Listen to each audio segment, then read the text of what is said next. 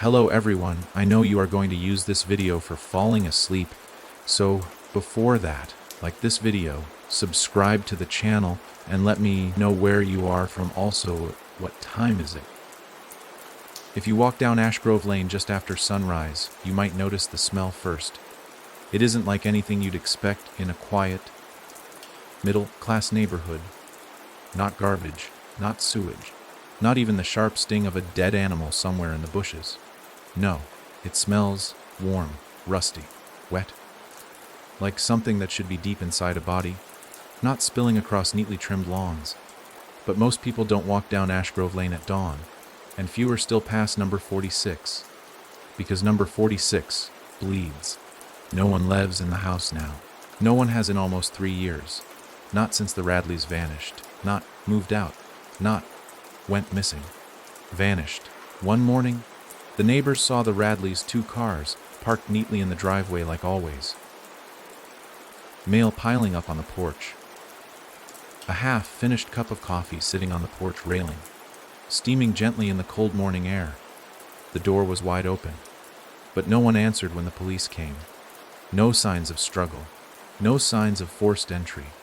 Just silence and the weird, iron, slick smell soaked into the floorboards. They searched the whole house. Nothing. No blood, no fingerprints. But that smell, strong enough to sting the eyes, never left. Within a week, the entire Radley family, Marcus, Elaine, their daughter June, were listed as missing. No leads. No suspects. The case was cold before it ever had a chance to warm up, and the house just sat there, waiting. That's where I come in. My name's Tess.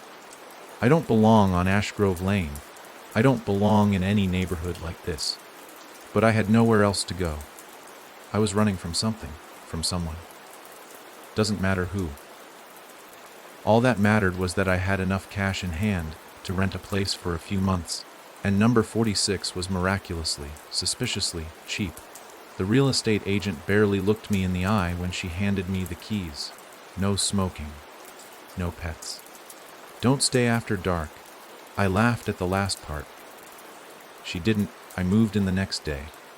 The first morning, I woke up to a sound like dripping water. But it wasn't coming from the faucet or the bathroom. It was coming from the ceiling. I dragged a chair into the hallway, climbed up, and pushed open the attic hatch. The smell hit me immediately, coppery and sharp, like I'd bitten down on a fork. I poked my head through the opening and froze. A dark puddle had formed in the center of the attic floor, slowly spreading, seeping into the wood. It looked like blood. I backed down, called a plumber, called the real estate office. No one picked up. By the time I climbed back up to get a second look, it was gone. That night, I found a note tucked into the kitchen drawer. Folded in 4, yellowed, brittle. It said, "Don't sleep in the master bedroom. Don't face the mirror. And whatever you do, never ever be awake at dawn." There was no name. No date. Just those words, scribbled in shaking black ink. I should have left right then. But where would I go? The second morning, I didn't wake up to dripping. I woke up to silence. Not the comforting kind. Not the restful silence people talk about in sleep apps. This was the silence of a thing holding its breath. I sat up in bed, not the master bedroom. I wasn't that stupid, and realized the air was cold. Freezing, almost. My breath came out in clouds. Every window in the house was shut. The heater was on, and still the air was ice. I walked through the hallway, and that's when I saw it. The walls were bleeding. It wasn't dramatic, not a torrent. Just small lines of deep red trickling from the corners of every window frame. Thick. Slow. I touched one with the tip of my finger. It was warm, and that smell again. That awful, raw smell. I backed into the living room and nearly screamed. The mirror above the fireplace, the one I'd covered with a sheet, was uncovered, and my reflection wasn't looking at me. It was looking past me. I spent the rest of the day at a diner 3 miles away, trying not to shake. I called the real estate office again. Nothing. I even walked into the police station, and tried to explain what was happening. They looked at me the way people look at someone standing on a street corner yelling at clouds. When I told them the address, something changed. One officer, a woman with gray hair and kind eyes, stepped aside and pulled me into a side room. "You're living in the Radley house." I nodded. Her face went pale. "You need to leave. Tonight. Don't pack. Don't sleep. Just go." I asked why. She didn't answer. Just handed me her card, told me to call if I saw anything else. Strange. When I got back to the house, my key wouldn't work. It was the right key. Same chain. Same shape. But the lock wouldn't turn. I tried the door. It opened by itself. The house was quiet. Still cold. But everything inside was different. The sheet was back over the mirror. The hallway smelled like fresh paint. The bleeding. Gone. It was like nothing had happened. I didn't sleep that night. The third morning, I wasn't the only one on the street. There was a man standing at the edge of my yard, just beyond the gate. Long coat, wide hat, face hidden. He didn't move, didn't speak, just watched. When I stepped out onto the porch, he turned and walked away. I called out. Nothing. He didn't even look back. But there was something in his hand. A little red notebook. He dropped it at the end of the walkway. I didn't see him again. The notebook was full of writing.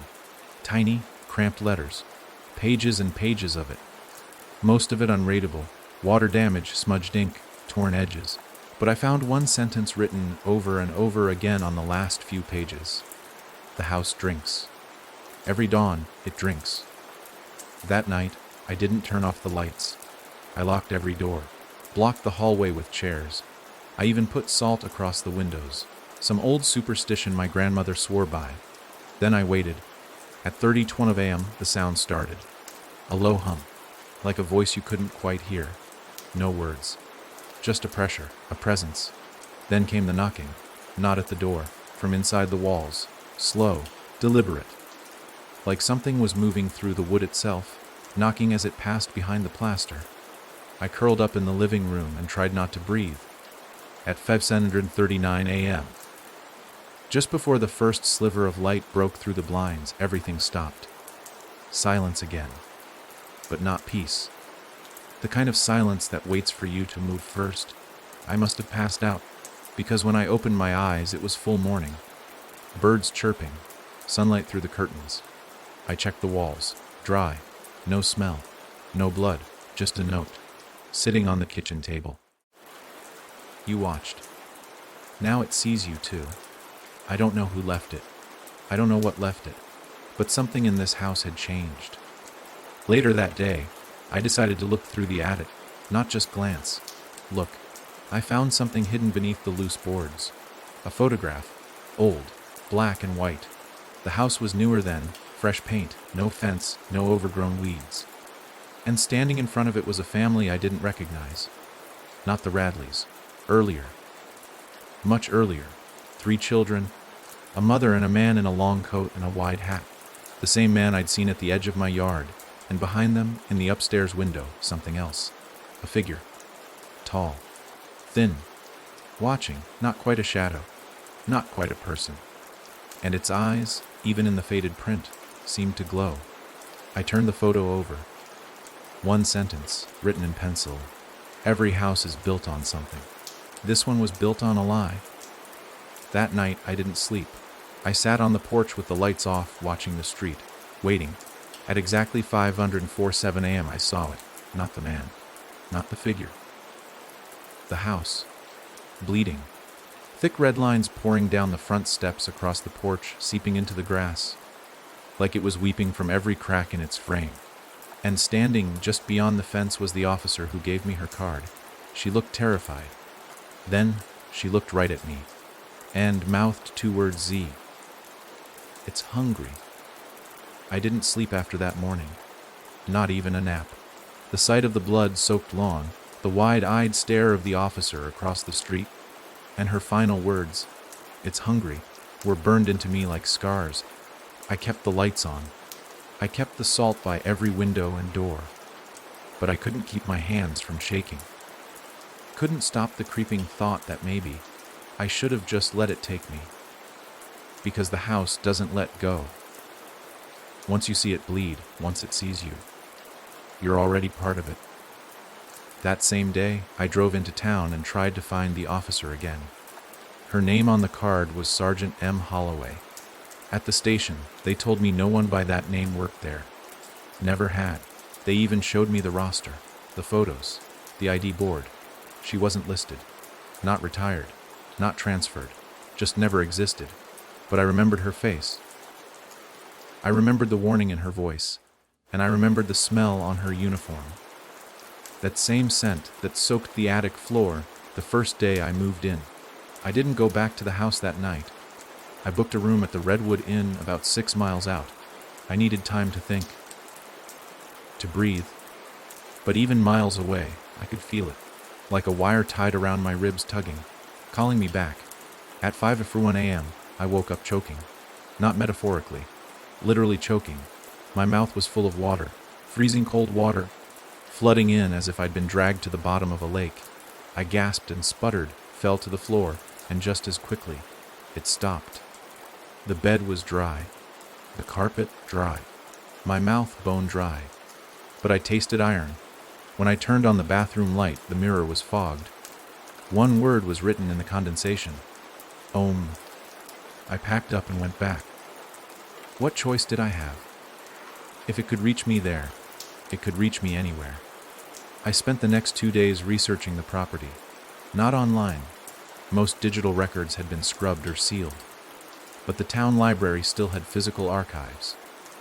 I found a mention of the house buried in an old real estate ledger from 1951. It wasn't called 46 Ashgrove Lane back then. It was known as Lot 9 Bradford Settlement. There were no photos, no owner names, just a handwritten note beside the listing. Dwelling unstable. Demolished on grounds of structural corruption. No resale permitted. Yet there it was, perfectly intact, built again, somehow, on the same ground. As I dug deeper, I found other mentions in even older papers. 1912. A natural hollering heard beneath the foundations. 1887. Child found inside wall. No matching family record. 1870. Minister refused burial rights for building, claiming it had on appetite. Burial rights for a house. What the hell had I stepped into? That night, I returned to the red notebook. The one left by the man in the coat. I hadn't read all of it. Some of the pages were still too faded, but I flipped to the center and found something new. A drawing. Crude. Done in pencil. A shape I couldn't quite name. It looked like a spiral, but twisted inward into a mouth. A single word was written below it. Vorin. Not a name I recognized. Not a name I could even pronounce properly in my head, but it made my stomach twist just to read it. I tried saying it aloud once. The lights flickered. Then the walls sighed. Not creaked. Sighed. I didn't sleep that night either, but I did listen, and at 5:30 a.m. I heard something behind the drywall. Not movement, not knocking, whispers, hundreds of them, too faint to make out, like voices underwater. I pressed my ear to the floor. One voice rose above the rest, soft female shaking, a child. It hurts. By dawn, the hallway was bleeding again, but not red this time. Black, thick as tar, crawling instead of dripping. When I stepped into it, it hissed. I jumped back, and a long crack ran down the wall beside me, like a fracture in bone. Something was waking up. The next day, I drove to the outskirts of town. There was a woman who used to write for the Ashgrove Gazette, a local journalist turned recluse. Her name was Claire Rowan. I found her in a battered trailer surrounded by books, coffee mugs, and salt circles. She opened the door before I knocked. "You're from the house," she said. Not a question, a statement. I nodded. She stared at me for a long time before stepping aside. "I've been waiting for someone like you." The Claire had lived in Ashgrove her whole life. As a child, she remembered the Radleys. Remembered the family before them, and the one before that. Each family stayed about 5 years. Each family vanished in the same month, February. Always February. She pulled a stack of old journals from a cedar chest and laid them out on the table. Every one of them referenced the same things. Bleeding walls. Voices. A man in a wide hat. A creature that drinks the dawn. It feeds at first light, she whispered. That's when the veil's weakest. That's when it drinks. Blood, memory, breath, whatever it can steal. I asked her what Voreen was. She didn't answer right away. Then she took a pen and wrote something down. A translation, she said, from some forgotten dialect no one could trace. Voreen. That which must remember. I didn't understand. She closed her eyes. It eats to remember. It drinks what's left of people, their pasts, their names, their dreams. That house, it's not haunted. It's hungry. As I stood to leave, Claire grabbed my wrist. There's something worse than being taken by the house, she said. I raised an eyebrow. Like what? She leaned closer. Being remembered by it. When I got home, the lights were all on. Every bulb, every lamp. I hadn't left them like that. There was a trail of salt poured from the front door to the fireplace where the mirror was still covered. I didn't put it there. But someone, or something, wanted me to see it. I pulled the sheet off the mirror, and what I saw wasn't my reflection, it was a hallway.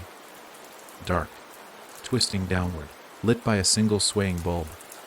Then, from the far end, something began to crawl toward me. It had too many limbs. It dragged itself on hands, but backwards.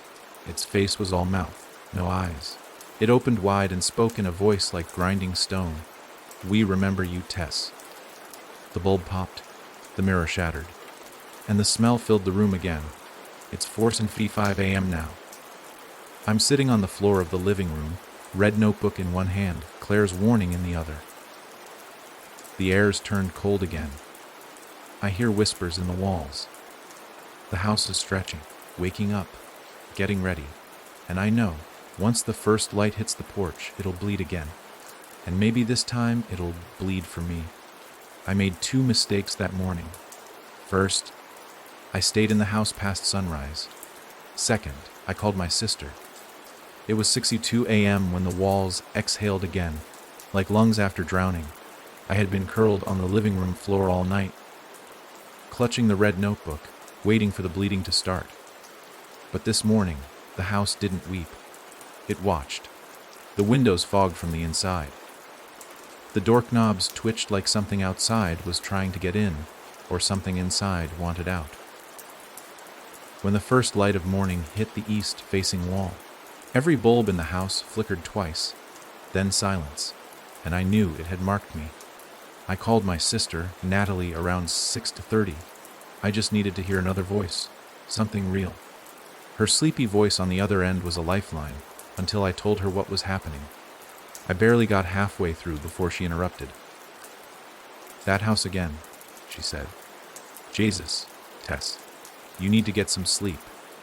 I told her about the blood, the whispers, the mirror, the thing that knew my name. There was a pause. Then she said, slowly, you already told me all this. A week ago. No, I didn't, I said. Yeah, you did. The morning you moved in, you called me crying. Told me the walls were breathing. Told me about a girl's voice under the floor. My mouth went dry. I didn't call you.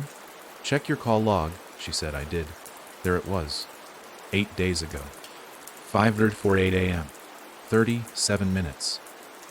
But I didn't remember that call. I didn't remember making it. Didn't remember what I'd said. And Natalie's voice was different now.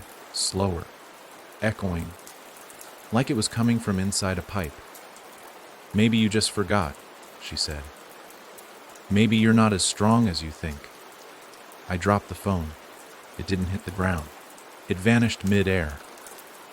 Just blinked out of existence, and the dial tone kept playing from behind me. When I turned around, the mirror above the fireplace was whole again, and in it, I saw my sister, sitting in a chair, her eyes wide, her mouth sewn shut, scratching something into the armrest with her fingernail. The reflection bulb. I fled the house, didn't lock the door, didn't grab my bag, just ran. I ended up outside the library again, my safe place. Or so I thought.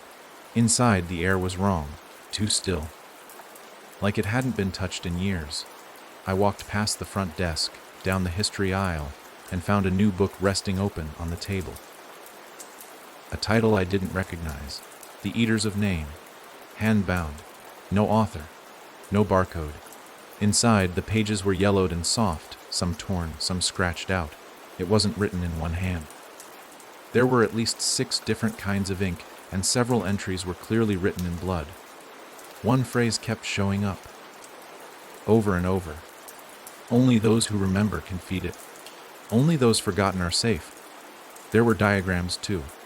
One of them showed a human head with the skull split open, the brain replaced with a spiral. Not symbolic, a literal spiral, like a drill burrowed into the self. Another showed a house, my house, but beneath it, in thin black ink, was a note. Only one way to kill it: burn the name. Burn it in your blood. I didn't know what it meant. Not yet. But something deep in my bones did, and it hated that I knew. I went back to see Claire. When I told her what I found, she nodded like she'd been waiting for me to figure it out. She poured a ring of ash around the both of us and lit a black candle. "It doesn't want your soul," she said. "It doesn't care about sin or purity. It wants your story, your roots, your name. It feeds on memory? No. Worse, it stores memory, hoards it, like bones under a bed." I asked her what burning the name meant. Claire looked at me a long time, then stood. She opened a drawer and pulled out an old envelope, sealed with wax. Inside was a birth certificate. Mine. Only it wasn't. Same date, same place. But the name was different. Theresa Miles, not Tess Monroe. I stared at it, heart pounding. "This isn't mine." Claire shook her head. "You were renamed when your mother brought you here. Changed on paper to break the pattern." "What pattern?" "Every child born in the Ashgrove radius is marked. Some families flee. Some try to change their fate by changing their names, but the house remembers." I backed away. "This is insane." "No," she said. "This is why it knows you." That night, I broke into the Radley house again. I had to see what else they left behind. The front door was unlocked. Inside, the walls were darker than before, more porous, like something was chewing through from the inside. I went back to the attic, to the hatch in the floor. This time I opened it. Beneath was a staircase, spiral, made of bone, white wood and covered in dust. It didn't match the blueprints. Didn't match reality, but I went down anyway. The stairs ended in a room I shouldn't have been able to stand in. No floorboards. No insulation. Just walls of skin, thin, veined, and twitching. There were names carved into them, thousands of names, some written in blood, some stitched in hair, some scratched in teeth. And in the center, there was a pedestal. On it, a small box, sealed shut with a padlock. As I stepped closer, the wall behind me sighed, and the names began to shift. Not move, shift. Theresa Miles was gone, and in its place, Tess Monroe. The house had updated its records. It knew who I was now. I grabbed the box, didn't try to open it, just ran, back up the stairs, out the attic, through the front door. But as I hit the porch, I saw them. Across the street, 4 figures, standing perfectly still, wearing coats too thick for spring, faces blurred like smeared oil paint. All 4 raised their arms at the same time and pointed at me. I don't remember how I got home, just that I did. The box was still in my hands, shaking. Inside, I heard something moving. Not alive, exactly, but breathing. I set it on the fireplace mantel and stared at it for hours. At 5:59 a.m., it clicked open on its own. Inside was a scrap of paper, and on it a name. Natalie Monroe. I called my sister again. This time, the voice that answered wasn't hers. It was mine, speaking back at me, word for word, matching my panic, mocking it. When I screamed and hung up, the phone began to ring. Not once, not twice, but 8 times. Every time I picked up, a different version of my voice answered. Angrier, sadder, more hollow. On the 8th call, I didn't answer. I let it go to voicemail. When I checked it, there was only one word. Whispered. Home. I'm not sleeping again tonight. I've locked every door, salted every window. Claire told me there's only one way out. To burn the name. My real name. She said that might erase me from the house's memory. Make me invisible to it. But there's a risk. If I burn the wrong name, it might take me whole and keep me forever. The mirror changed again last night. I'd boarded it up after the last time. The image of my sister stitched silent burned into my memory. I used thick plywood, screwed it into the frame, then covered it with a sheet for good measure. But when I woke up this morning, the sheet was gone. The plywood was gone, and the mirror was whole again. Clean, gleaming, like it had never been touched.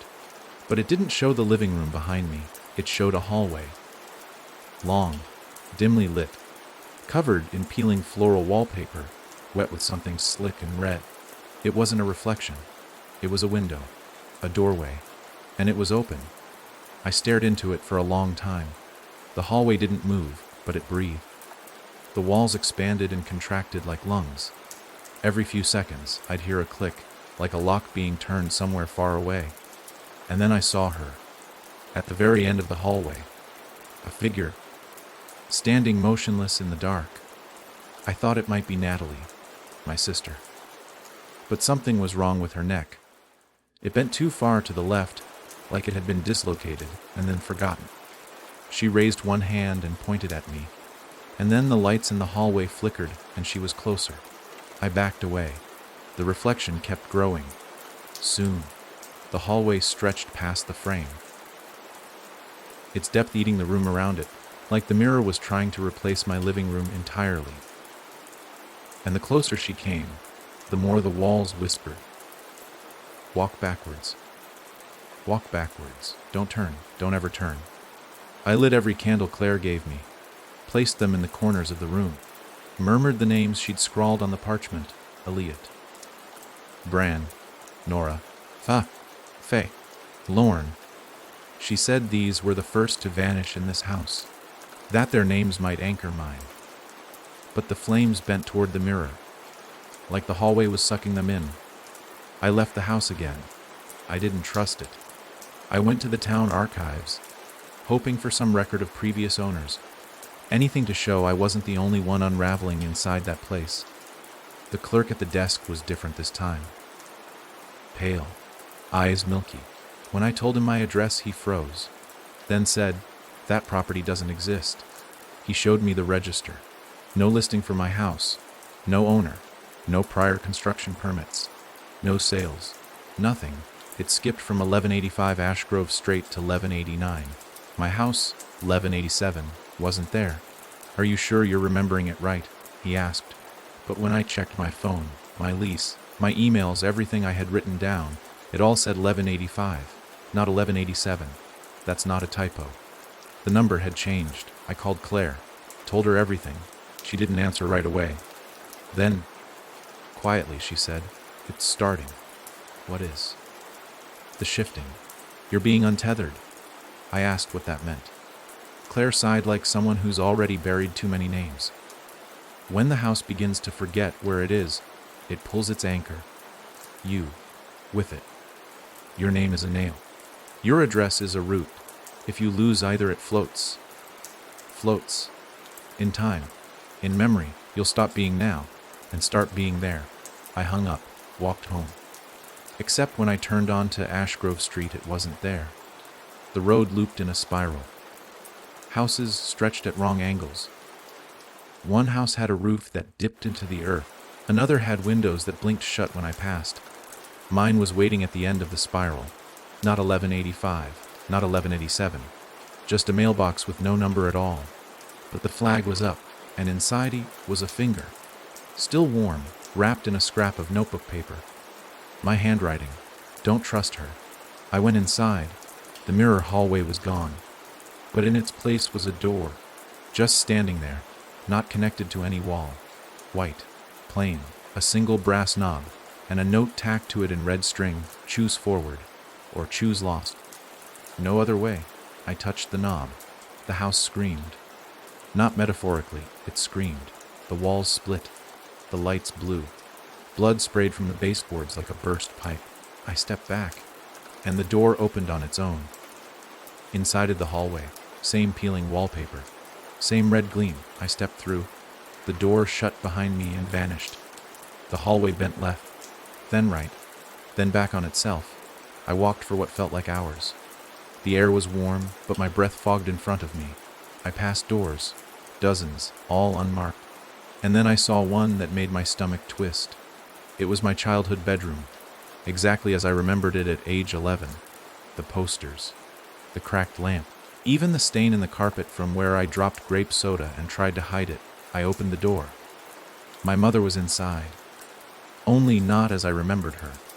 She was younger, her skin pale, stretched thin over her skull.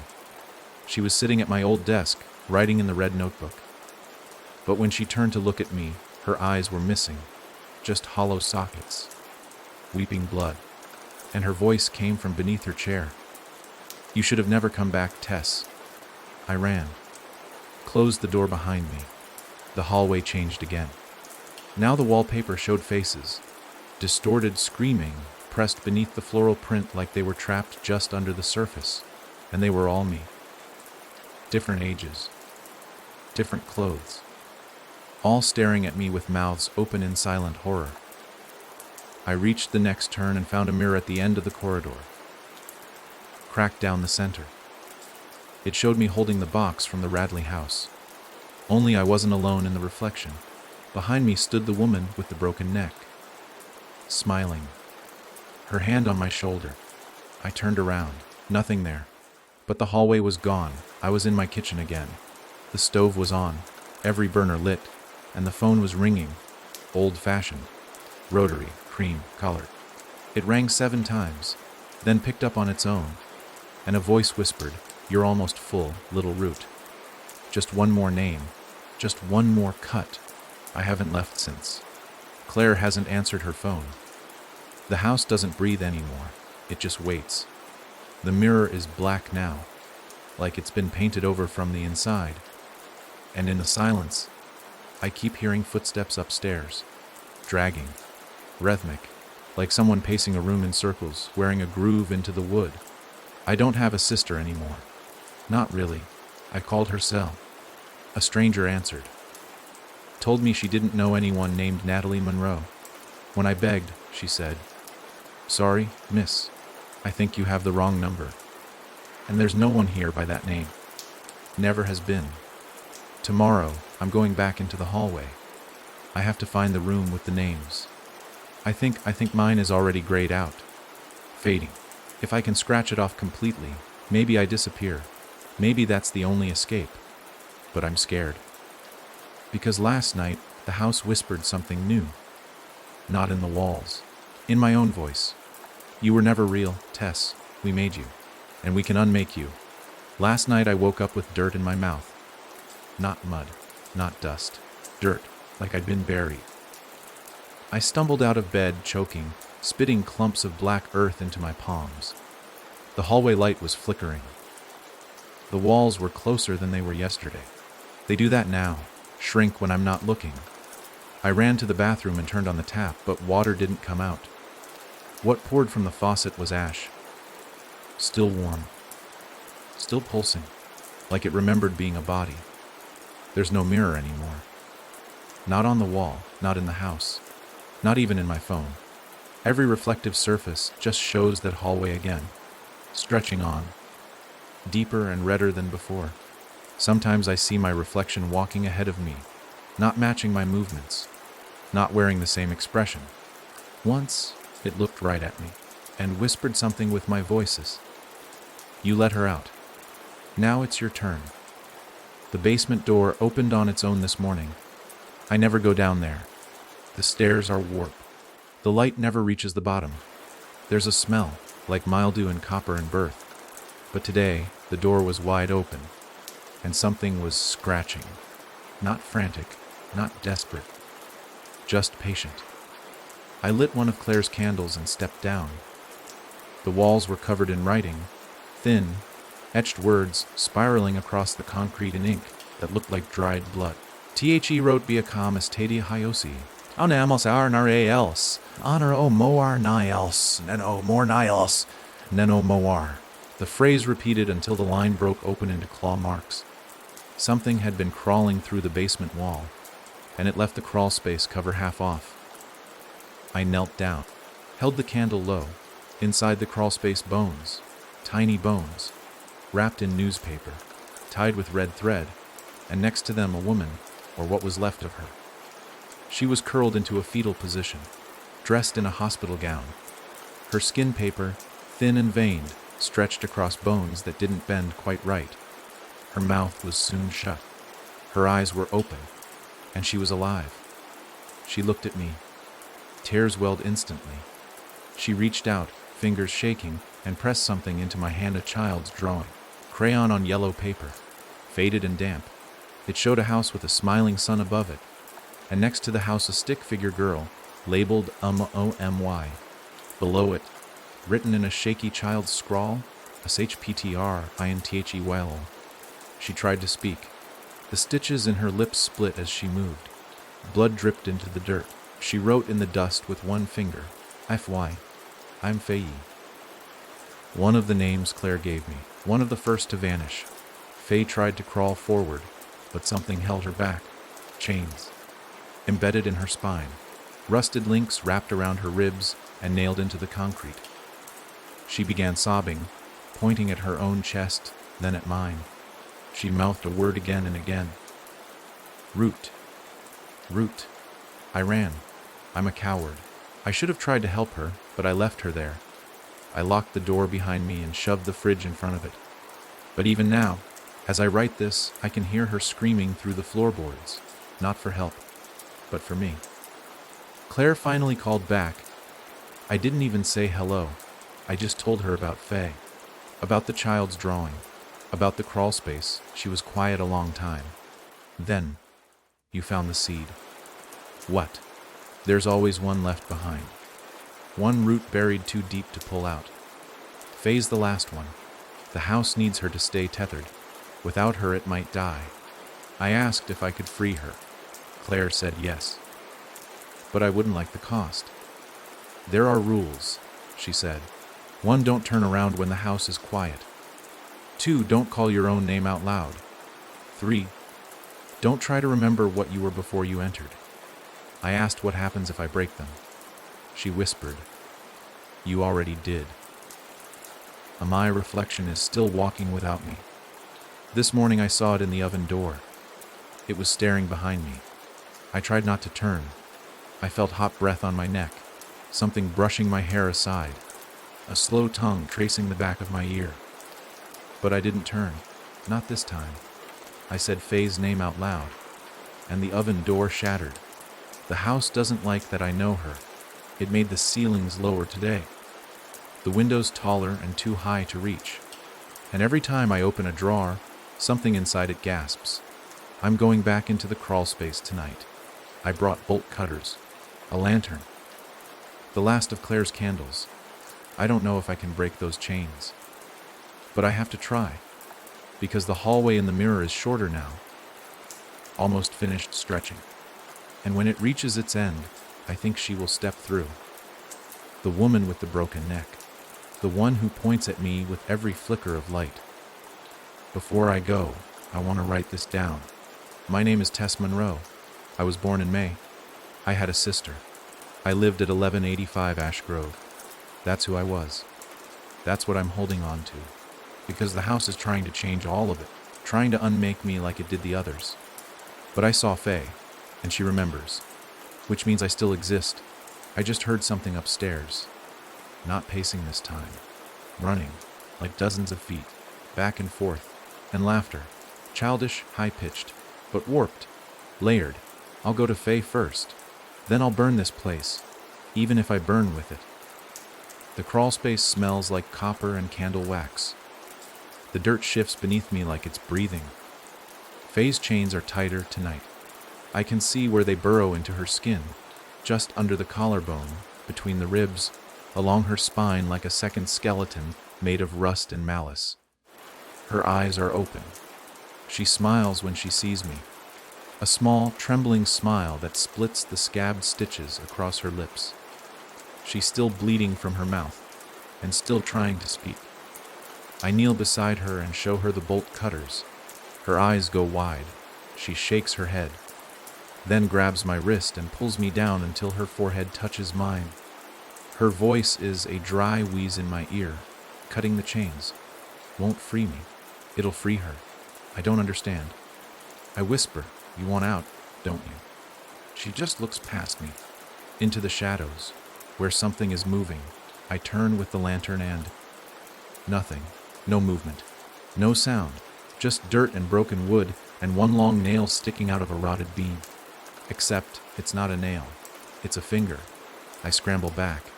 Faye grabs my shirt with one skeletal hand, pulling me close again. She mouths one word, again and again. Don't. Don't. Don't. I stare down at the chains, at the bolt cutters, and at her arms, where faint scars form a word I hadn't seen before, like they were carved over time, by her own skin's memory. The host. That's when I hear her. The woman with the broken neck, crawling just behind the crawlspace wall. She doesn't walk. She doesn't slide. She drips, and she's whispering, "Cut the chain, little root. Let me in. Let me where?" The light flickers. The candle dies. I squeeze my eyes shut and cut the first chain. Faye screams. Not from pain, from loss. The chain jerks violently. The rust vanishes in a blink, replaced with wet sinew and something that smells like afterbirth. The loose end snakes away into the dirt, vanishing like it was never there. The crawlspace groans. The air ripples. And behind the wall, I hear laughter. Not one voice. 100. All her voice. Faye is sobbing. I only cut one. But it was enough. The wall next to us splits. Not cracks. Splits. Peels open like skin. And something pulls itself through. She's taller than before. All angles. Her head turns the wrong way. Her mouth full of teeth that change. Some sharp, some flat, some baby, pink, and still growing. Her eyes are mine.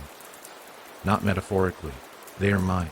She blinks, and I feel it in my own skull, like pressure behind the sockets, like she's rehearsing what it feels like to be me. Faye tries to stand, but she collapses. 2 chains still hold her to the earth. The host kneels beside her, caresses her cheek, then turns to me and says, "She kept me anchored. You started the unmooring. Do you want to finish it?" She offers me the bolt cutters, and smiles with my smile. I run. Again, because I don't know what else to do.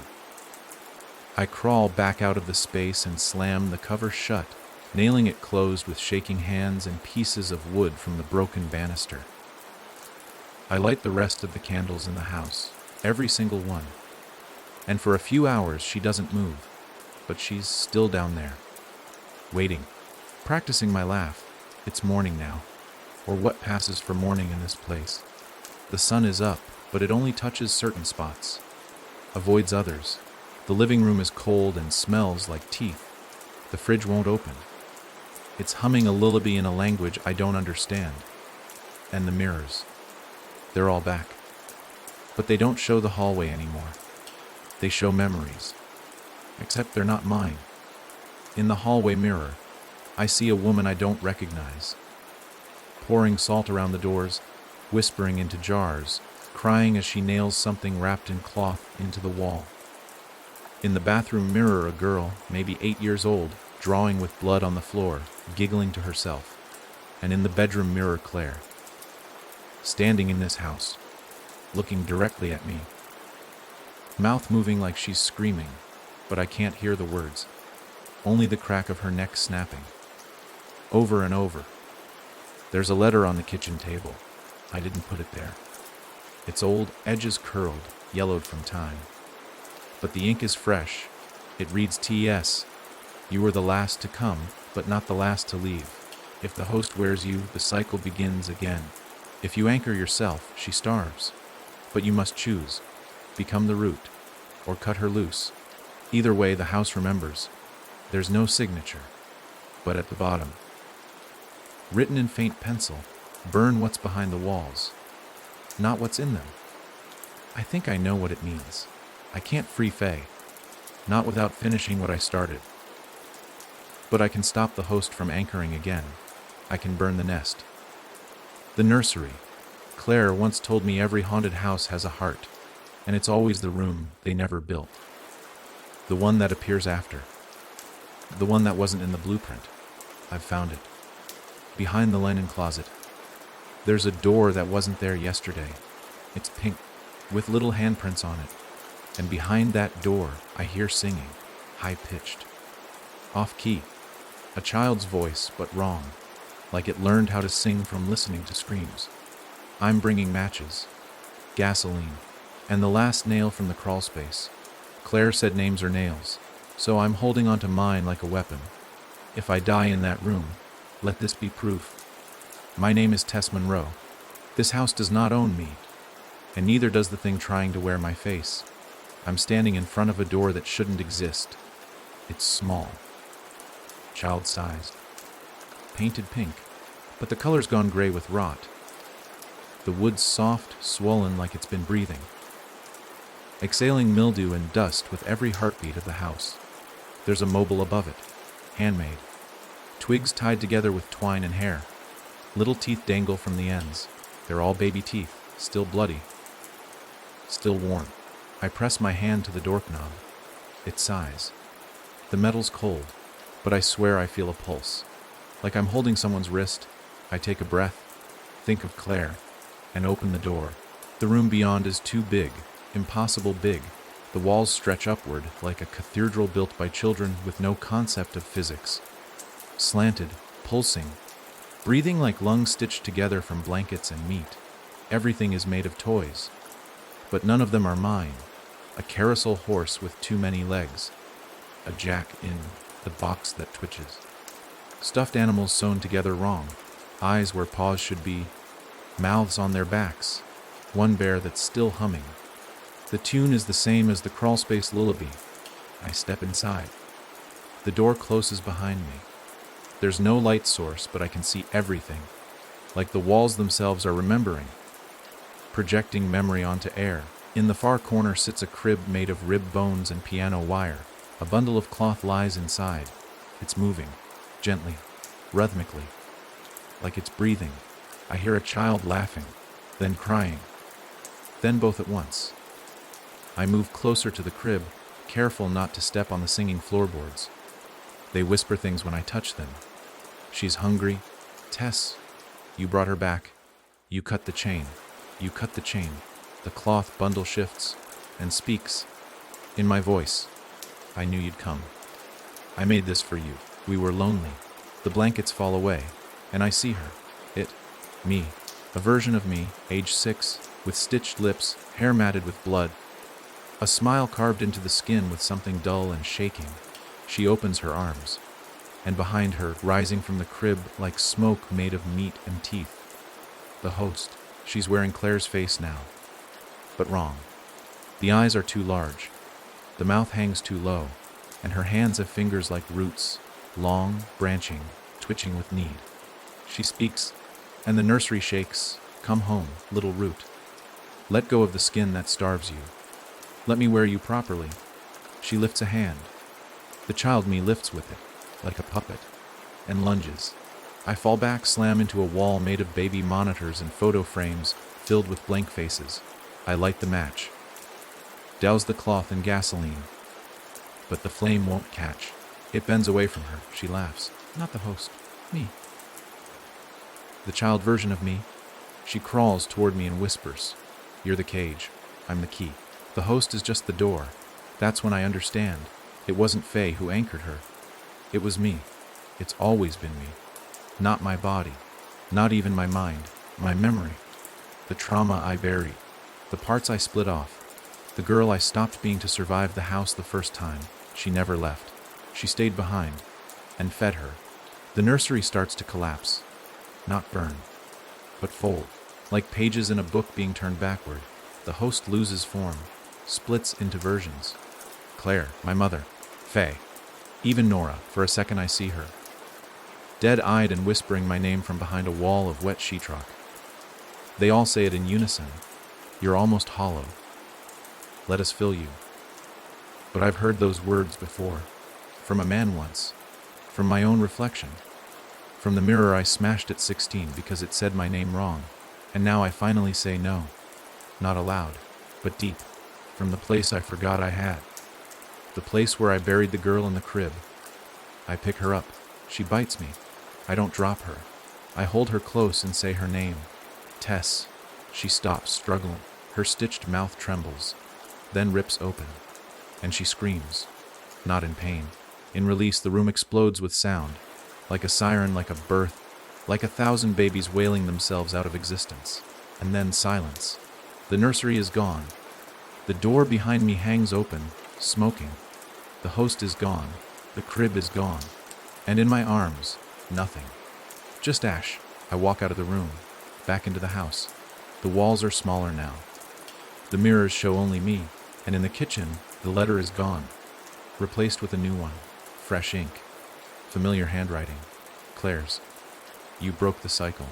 But the house never forgets. Get out before it remembers your name again. I love you. See? I leave without packing, without looking back. The house doesn't scream, doesn't collapse, just watches and waits. Because I know the truth now, I didn't survive it. I became part of it. But maybe, just maybe, I can be the last. It's been 3 days since Tess walked out of the house. 3 days since the nursery, since the host, since she held the ash of her 6-year-old self in her arms and whispered, Tess, like it was a prayer. She hasn't slept. Not really. Because something followed her out. It started small. Light bulbs flickering. Phone calls with no sound on the other end. Mirrors fogging when she wasn't near them. The worst was the fridge. She opened it yesterday and every shelf was full of teeth. Tiny ones. Baby teeth. Still wet. Still clicking. She moved into a motel. Room 9. The clerk gave her the key and didn't make eye contact. The TV in the lobby was playing static, but there were words in it. Words Tess could almost understand. You left the door open. The room itself is plain. Bed. Desk. Shower with a cracked tile shaped like an eye. She hasn't unpacked. Doesn't plan to. But she checks the closet every hour. Because sometimes it breathes. Last night, she dreamed of Claire. They were on a playground. The swings were made of ribs. The mulch was shredded wallpaper. Claire was humming the nursery tune and peeling her face off in strips, laughing like a child. You're not out, Tess. You're just in a better lit room. This morning, she woke up with dirt under her fingernails and a note on her pillow. Same handwriting. Claire's again. You brought her with you. There's no phone service, no internet. But every TV she turns on shows the same thing, a live feed of her motel room. From the ceiling, from under the bed, from inside her mouth. She tries to leave, packs up, goes to her car. But when she opens the door, the driver's seat is gone, replaced by a crib, made of rib bones and piano wire. She slams it shut and backs away. She hears a faint lullaby, coming from her pockets.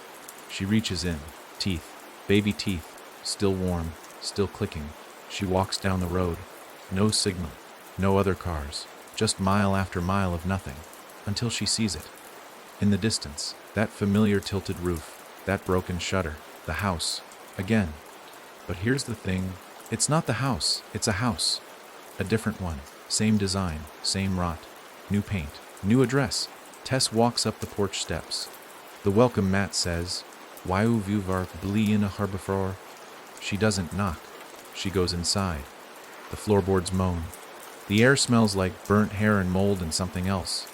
Something alive. The lights flicker. And down the hallway, a child's voice calls. Mum. A Tess freezes. Because she doesn't have a child. Never did. But her body reacts like she does. Lung aching. Heart sprinting. Memory bending. And the house. It rearranges around her. Walls shifting. Photos appearing. Her. Claire. A daughter. Smiling. Birthday candles. Presents wrapped in flesh. Colored ribbon. It's not real. But it feels real. Then the child appears. 6 years old. Same haircut Tess had when she was little. Same eyes. But the mouth. sewn shut, like the nursery version. She holds out her hand. In her palm a pacifier, chewed, wet, still pulsing. Tess backs away, trips, falls. And behind her, the host, no face this time, just the outline. A silhouette made of rot and memory and guilt and motherhood. It whispers, feed her, love her, let her grow inside you. Be the house. Tess screams, not out loud, from inside. The part of her that never healed, that never stitched back together. The part that still rocks in the crib and waits for someone to name her. And then she feels it. Movement. In her stomach, something kicks, something hungry. She looks down, lifts her shirt, and just beneath the skin, something writhes, something smiles. Tess isn't sure how long she's been lying there. Floorboards beneath her spine, ceiling pulsing like a throat above, something moving inside her.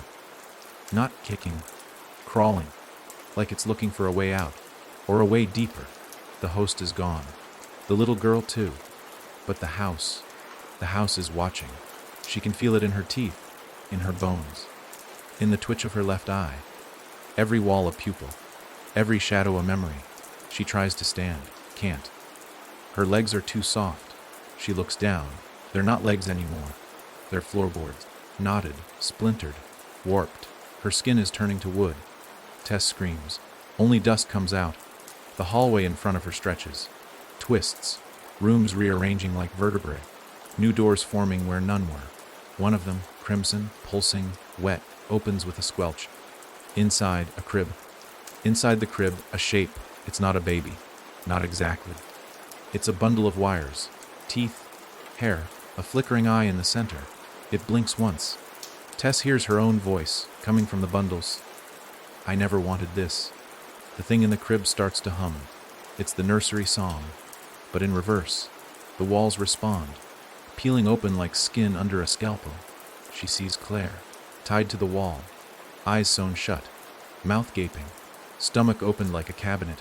Inside rooms, tiny impossible rooms. One has Tess's childhood bedroom, another shows the motel, another shows her own funeral.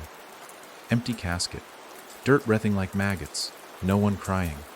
Just the host standing alone in the back row, smiling. Tess pulls herself forward. The floor groans beneath her, recognizing one of its own. She drags herself into the room, toward the crib, the bundle, the thing, and it speaks again. You left me there. You locked the door. But I found another way in. Her stomach splits open, silently. No pain, just pressure. And from the gap, fingers. Familiar. So many of them.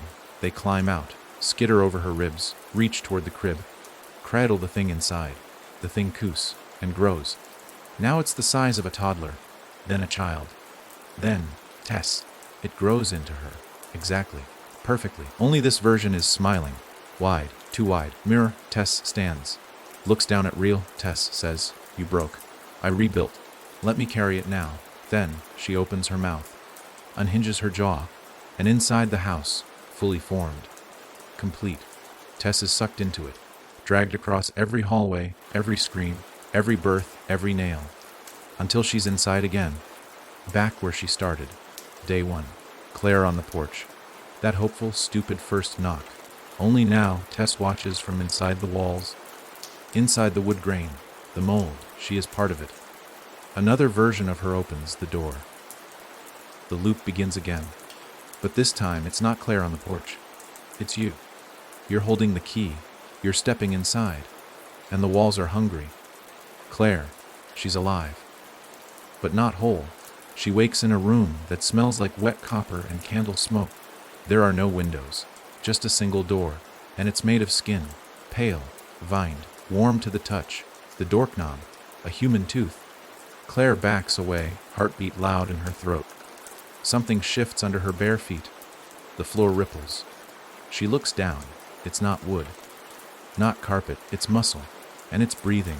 She tries to scream, but her voice is gone. No damage to her throat, no pain, just gone. The walls twitch when she moves. They're watching, responding, learning. On the far side of the room, the skin door starts to peel. Just a little, enough for an eye to peek through. It blinks sideways. A tongue darts out, tasting the air. Then it whispers in Tess's voice. She's still in here, but not for long. Claire charges the door, slams into it with all her weight. Nothing. It's too soft, too forgiving, like trying to punch a memory. Then, a crack forms above her, from the ceiling. Something lowers down. A cradle. But it's not holding a baby, it's holding a mirror. Old. Ornate, the kind you'd see in a funeral home. Claire looks into it. She expects blood, bruises, terror. But what she sees is worse nothing. She casts no reflection. From behind her, the skin door creaks. It's open now. Inside is not a hallway, not even a room. It's a forest. Black trees, no sky, leaves made of fingernails. In the center, a house, familiar, impossible, the house she grew up in. Claire steps through. Behind her, the door seals shut, skin stretching tight like a drum. She walks the forest path barefoot. Each step crunches. The sound of broken teeth underfoot. At the threshold of the childhood house, she hesitates. The porch is rotten. The windows weep. The door is wide open. Inside, she hears laughter. Tess's laughter. And someone else, a man, whispering. She's almost ready. The Claire steps inside and sees herself, sitting at a kitchen table, eating something wet, raw, from a bowl of hands. Across from her, Tess. Only, it's not Tess anymore. It's the shape of her, yes, but wrong. Too still. Too clean. Like she's been preserved. Claire speaks, or tries to. Still no voice. But the clone, Claire looks up from the table and smiles. Tess turns too, her eyes black with rot. Now you get it, she says. You were never the sister. You were the next room. The Claire runs. The house warps, rooms chasing her. Each one filled with a version of herself. Dying in different ways. Choking, burning, crying in a corner. Begging for someone to notice. And over it all, that nursery song. Played backwards. Slower now. Every note a countdown. She bursts through a final door. And she's back in the motel. Room 103. Lights buzzing. Mirror intact. Bed untouched. Except, on the nightstand, a postcard. On the back, wish you were here. You left the door open. T. Claire turns the postcard over. The image is of the house. But not how she remembers it. It's grown. Expanded.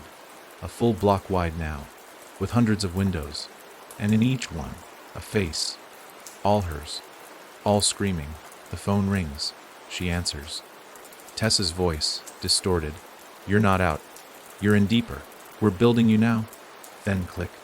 Claire looks in the mirror. And this time, she sees her reflection. But it's not her. It's the house. Grinning, it's still not her. The house. That grinning house. It's not just standing there. It's alive. Alive in a way that nothing should be. Claire's reflection. No, it isn't her. It's like an echo mimicking her every move, her every blink. But there's something wrong about it. It grins wider. The eyes, they glow. Red? Claire backs away. She's lost her footing. There's a suffocating weight on her chest. She tries to breathe. But it's as though the air has turned to concrete. Heavy, slow, impossible. Suddenly, the floor cracks open beneath her, and for a moment, she's falling. Falling through endless black.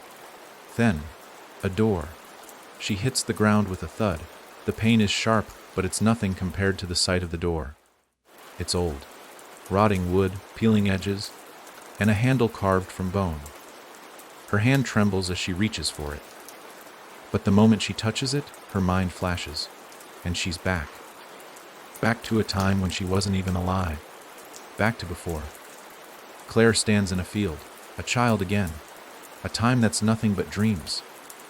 The grass is soft and the sky is pink, dotted with birds that aren't real.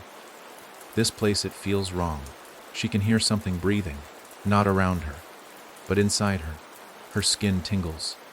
Her chest aches. It's something that knows her. Something that's been watching her from the very beginning. She looks down at her hands. Flesh, blood, bones, normal. Except for the way her veins pulse. They're moving. Slithering, twisting, a noise. It's a song, a lullaby she hasn't heard in years. A melody, sweet, soothing, but distorted, the words too soft, too dangerous. Sleep, sleep. Through the doors. Then she sees him. Not a man, not a thing, but it. A shape wrapped in shadows. A silhouette that bends and stretches. It wears the face of something human, but with no eyes. You shouldn't have come back, Claire.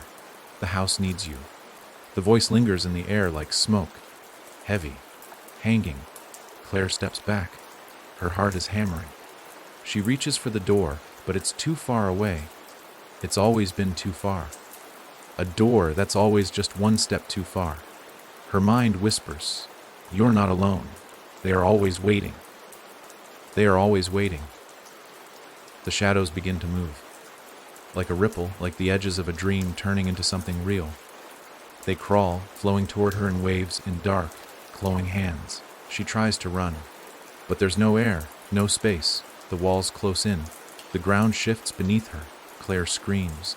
The sound is muffled, absurd. She can't escape. Not here.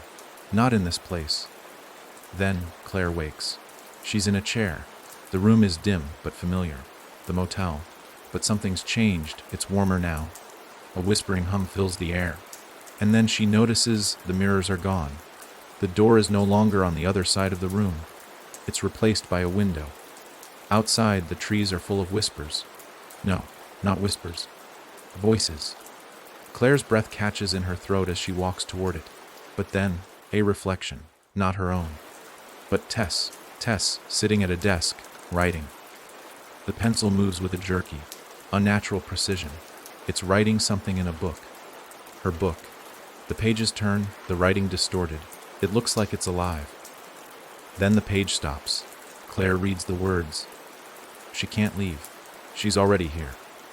And as her reflection looks up, Tess's smile is twisted. Wrong. Claire doesn't have time to react. The mirror shatters, and the glass falls inward, cutting through the air, the room, everything. It's cold now. No warmth. The walls are stone. The air has thickened, turning heavy and sick. There's no way out. Claire turns, frantic, but the room is shifting around her, and the voices, they start to sing. In unison. You were never meant to leave. You were meant to stay. Her chest tightens. The walls are alive now. There's no air. Claire can't breathe. The voice that spoke to her, that thing, appears once more. From the corner, the one with no eyes. You will never leave. You will never leave. Then, the room disappears. The world has collapsed around her. 1 second, Claire is grasping for air, and the next, there's nothing. Not darkness, not light, not air. Just weight, heavy, oppressive. And in this weightless void, something watches. Not from a distance, but from within. Closer. Too close. Claire can feel it in her bones. The pull of it. That thing that doesn't belong here. That thing that's always been here. Her chest tightens again. Familiar. It feels like she's drowning. And then she remembers the sound. A thrum. A beat. A pulse. It's coming from deep within the house. From deep within the walls. From deep inside of her. She opens her eyes. But nothing is familiar. Nothing makes sense. She's in a room, but not the motel room. Not the house she's seen before. This place. It's too quiet. The walls are flesh. Her hand trembles as she runs her fingers across the surface. It's warm. It's moving. Like it's alive. Like it's breathing. She recoils. But something pulls her closer. A door. Or maybe it's a window. Maybe it's both. It's hard to tell. But what's behind it is clear. The truth. As she steps closer, she sees herself. A reflection. No, not a reflection. A shadow. A ghost of her. It smiles. Not her smile. It's distorted, a grin that doesn't belong. Claire stumbles back, but she can't look away. The shadow reaches for her. It tries to speak, but no words come out. It doesn't need to speak. She knows. The thing behind the door, the thing that's been lurking in the corners of her mind, is inside. Inside her. The walls begin to pulse with the rhythm of the heartbeat. It's deafening. It fills her chest, the blood in her veins, the air in her lungs, the world around her. Everything is alive. And then there's a crack, a ripple. The flesh of the walls tears just slightly. A whisper spills through, but it's not the voice of the house. No, this is her voice, Claire's voice, and with it comes a flood of memories, of things she's never known, things that don't belong. The door opens. A light spills into the room. Not a welcoming light, not a light of safety, but something else. It's bright, too bright, almost blinding. And in that light, Claire sees it. The heart of the house. It's alive. The heart beats in time with hers, each throb sending a shockwave through her, each beat pulling her closer. But something stops her. A scream, a distant scream, her scream. Tess. Claire turns, her body screaming in protest, but she forces herself to look. Through the door. Through the blinding light, Tess is there, in the room. Trapped. Her body is wrong. Twisted in a way that Claire can quite understand, but it's clear. Tess is dying, and the house is feeding on her, her soul. Claire can feel the pulse of it. The way the house is alive, breathing, feeding. It's too much. Too overwhelming. She reaches out, but her fingers barely touch the surface of the door. She's shaking. A choice. The heartbeat intensifies. A presence so heavy, it's crushing her. Stay. That voice. That voice inside her head again. The one she knows. Leave. But that's not what she really wants, is it? It can't be. The heart, the pulse, it's the same as her own. The same as Tess's. The house is alive. Not just alive, but aware. But Claire doesn't understand yet. What she's seeing, what's happening. The heart of the house starts to beat louder, louder than anything she's ever heard before. The sound echoes in her bones, in her skin. The air shifts again. A chill sweeps across the room. The door, the window. It's closing. No, she can't let it. She tries to move, but her legs won't cooperate. The shadow behind her grows, climbing up the walls, crawling across the ceiling. And then, the heartbeat stops. The house goes silent. It's like it's holding its breath. Everything is still, and for the first time since Claire arrived. The house stops feeding, it's waiting. For her. The air is so still it feels like time itself has stopped. Claire stands frozen in the heart of the house, her breath shallow and unsteady. Every nerve in her body screams at her to run, to get as far away from this place as possible. But the walls, the pulse, the very essence of the house, they won't let her move. The pulse that once throbbed with life has gone silent. Deafening silence. She can feel it in her chest, the hollow weight of it. It's as if the house is waiting.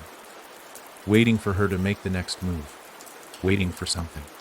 A chill crawls up her spine, settling deep in her bones. This silence, it's not peace. It's not relief. It's the silence before the storm. The calm before it devours everything. The door to the room behind her, the one Tess is trapped in, hangs slightly ajar. But there's no sound from inside, not even a breath, not a moan or a cry. Tess's presence. Once a steady beacon of anguish is gone, and yet Claire knows. She knows Tess is still there. Still trapped somewhere in this endless house, her body and soul feeding the unseen. Knowing hunger of the walls. The hunger that waits, always. She turns to the door, but a wave of dizziness crashes over her. Her legs tremble, and for a moment, the floor beneath her feels like it's tilting, warping. A horrible sensation, like the ground might swallow her whole. Her hands press against the doorframe to steady herself, and that's when she notices it, her reflection. Not just her reflection, but something more. Her face, pale and gaunt, stares back at her with eyes that don't belong to her, eyes that are cold, hollow, eyes that speak of things unspeakable. A twisted version of herself smiles at her from the darkness beyond. "Leave," it whispers. The voice is familiar, but Claire doesn't recognize it. It's as if the house is speaking directly into her mind, twisting her thoughts, feeding on her confusion. The reflection of her smiles wider, a sinister curve of its lips stretching too far. It's too late now. There's no going back. The house groans, the walls warping and creaking, as if it's alive and aware of her every move. She can feel the pressure building again, the suffocating force of it. The walls are closing in. There is no escape, no place left to hide. Claire stumbles back, the weight of it all crashing down on her. This thing in the house, this evil, it knows her. It has known her long before she even set foot in this cursed place. The house is her. It is a part of her, and it wants her to stay. She shakes her head, trying to push the thought away, trying to clear her mind. She forces herself to look back at the door, back at the shadowy hallway that stretches beyond it. But the hallway is no longer just a hallway. It's a void, a gaping hole. Claire takes a step back, her heartbeat pounding in her ears. The house breathes, the sound of it like a monstrous inhale, ready to pull her in. And as if to prove it, a sickening noise fills the air, the unmistakable sound of something scraping across the floor. Her heart skips a beat as her eyes snap toward the sound. Something is moving, something is approaching. A figure emerges from the shadows. At first, it's indistinct, blurred by the dim, flickering light. But then, Tess. Tess, her body shuffles into view, her form disjointed, as if the house itself is puppeteering her. Her skin is pallid and stretched tight over bones that look wrong. Her eyes are wide and lifeless, empty voids that reflect nothing but darkness. She stumbles toward Claire, her movements jerky and unnatural, like a doll whose strings have been pulled too tight. Claire opens her mouth to scream, but no sound comes out. Tess's lips twitch in an almost non-human smile. "You shouldn't have come," she rasps, her voice an eerie whisper that seems to come from everywhere at once.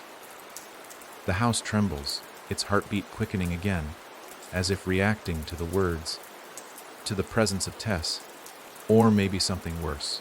Claire steps backward, but the floor beneath her seems to shift, the walls narrowing. The air thickens, pressing in on her from all sides. She can't breathe, she can't think. But Tess reaches for her, her fingers cold, skeletal, and long. Her grip is firm, unyielding. "Don't you see?" Tess says, her voice no longer her own. It's deep, guttural, and distorted, as if something is speaking through her, something ancient. The house isn't just alive, it's a part of us. It has always been a part of us. Claire's chest tightens. The walls pulse again, the sound building to a crescendo. The house is suffocating her. "I tried to stop it," Tess continues, her eyes dull and lifeless. "But it's too strong now. There's no way out. Don't you understand? It has already claimed me, and now it will claim you." The room grows darker, the pulse overwhelming, and Claire can feel herself slipping. The air grows thick and warm, like something is closing in on her, pressing against her chest. "Run." The voice in her head is faint, weak, but it's there. Her legs move without her consent. She turns. She runs. The hallway stretches ahead, dark, endless, and suffocating. The walls pulse with each step she takes. She has to get out, but there is nowhere to go. The darkness seems to fold in on itself, each corner twisting and changing. The house is alive, and it is feeding. But something feels different now. Something is wrong. The house isn't just a structure. It's alive, yes, but it's also a mind, a consciousness, and it knows her. It knows exactly what she fears. Suddenly, Claire stops, a whisper, her name, a voice, but not Tess's. "Claire?" It's so soft, so familiar, too familiar. And then Claire sees it, a figure in the shadows, a man. He steps forward, his face obscured by darkness, but his voice is the same voice she's heard over and over again in her nightmares. The voice she can't forget. It's her father. Claire's legs feel like lead as the shadowed figure steps closer. The air around her thickens, the weight of it suffocating. Her pulse is loud in her ears, her breath shallow. It can't be him. But the voice, it's unmistakable. Her father's voice. "Claire," it whispers again, soft and warm, as though calling her home. She takes a hesitant step back, but her feet seem to be rooted to the floor. The walls of the house seem to bend and twist, closing in on her from all sides, urging her to move forward. The room grows colder, and she shivers despite the heat that still radiates from the dark, suffocating air. A shuffling sound reaches her ears, a movement that doesn't belong. She turns her head sharply. Tess. The twisted version of her friend stands in the corner of the room, her skeletal form now fully visible, her eyes still empty sockets, staring at Claire with an eerie hunger. Her mouth gapes open, revealing sharp teeth, unnatural and jagged. The ghostly smile on her face widens, stretching far too wide, as if the house itself is making her grin. Don't listen to him. Tess rasps, her voice fractured and broken, as though two separate entities are fighting to control her body. Is not real. Claire blinks, disoriented. Tess's voice falters for a moment, as if something, or someone, else is speaking through her. Then, in a voice that is no longer Tess's, but something far deeper, more guttural, he is part of the house. He has always been part of the house. Claire's chest tightens. No. The shadowy figure steps into the dim light, revealing the face she had long tried to forget. Her father, or something that once was, looks the same, yet not. His face is gaunt pale, with deep lines etched into his skin. His eyes are black voids, like endless holes that suck in all light. He smiles, but it isn't comforting. It isn't the smile she remembers. It's twisted, malevolent. Claire, my darling. His voice reverberates in the room, echoing off the walls, as though the very house is speaking with him. It's so good to see you again. I've been waiting for you. Claire's heart pounds harder in her chest. This isn't real. Her father reaches out toward her, his hand outstretched. She wants to move, to run, but her legs won't cooperate. She can feel the house pulling at her, tugging her in his direction. Don't you want to come home, Claire? He asks, his voice soft and warm again. Just as it was when she was a little girl. Everything will be just as it was. We can be together again. You, me, and your mother. We'll be a family. No. Tess's voice cuts through the air, breaking the illusion. The house shudders in response, the walls groaning, as if in pain. Tess's distorted form steps forward, her limbs twitching unnaturally. You have to listen to me? Tess cries, her voice cracking. This house, it's a prison. And he is the warden. The figure of her father flinches, his eyes narrowing. His hand falls to his side, and for a split second, the darkness around them seems to recede, just slightly. Claire's heart races. She feels like she's standing at the edge of a precipice. What are you talking about? Claire whispers, her voice barely audible. You were just... Her father's smile falters. His eyes flash with a brief, terrible anger. I never left, Claire. I've been here, waiting. Waiting for you to come home. He steps closer, his hand reaching for her once more. But now there's something different in his eyes. A hunger, a feral gleam. The house has always been mine. And now you'll belong to it too. Tess's voice cuts in again, louder this time, desperate. He's not your father anymore. He's the house. He's feeding off your memories, off your pain. Claire's eyes widen, the truth dawning on her with a sharp, nauseating clarity. The house, it isn't just alive. It's feeding. Feeding off them, off their grief, their loss, their love. It's using their emotions as fuel, twisting them into something monstrous. And the figure in front of her, her father, was the first to fall to its hunger. No, Claire, her father croons, as if reading her thoughts. It's not what you think. The house was always meant to bring us together. Don't you see? It was always destined for us. You've always been part of it. Your mother, me, and you. His voice shakes, growing colder, the familiar warmth gone. You were never meant to leave. You were meant to be here with us. Tess lurches toward Claire, grabbing her arm with a strength that shouldn't be possible for her fragile form.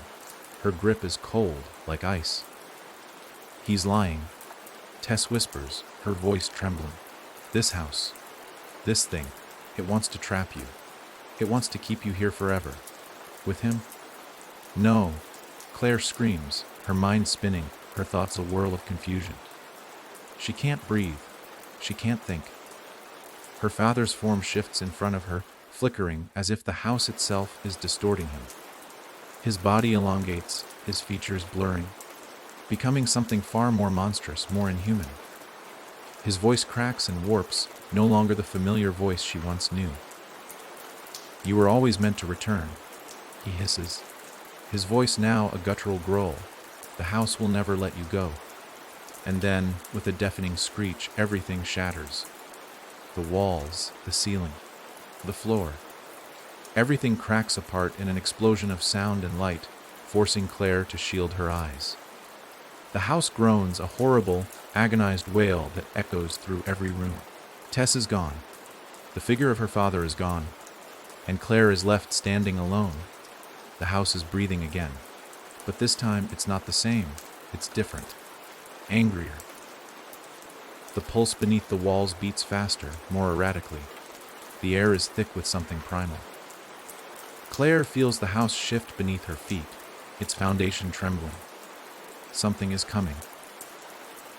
Claire's hands tremble as she stands in the center of the decaying room, the remnants of the confrontation still echoing in her mind. The walls are breathing. Their pulse erratic and frenzied, like a heart struggling to stay alive. The house itself feels alive, like it's watching her, waiting. And the worst part is, she feels it too, something far deeper beneath the floorboards, beneath the walls. She stares down at the splintered floor beneath her feet, eyes narrowing as an unsettling noise vibrates through the air. A low, distant thumping. At first, she thinks it's her heartbeat, the adrenaline still coursing through her veins. But then, the sound grows louder, more distinct, like a heavy footfall echoing beneath the ground. Something is beneath her.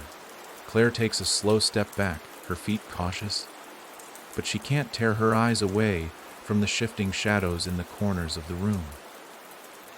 The dim light flickers erratically, and she swears she sees something moving in the distance. Something far too large to be simply the shadows. She feels a pull, something urging her toward the center of the room, closer to the source of the sound. Her feet move against her will, inching her forward toward the place where the walls seemed to collapse in on themselves earlier. The spot where she was confronted by her father's twisted form. And then it hits her. The memory, the strange, fragmented recollections that had been slipping away from her before. The house, it isn't just a structure. It's a vessel, a thing made of flesh and stone. Something far older and more dangerous than she could have ever imagined.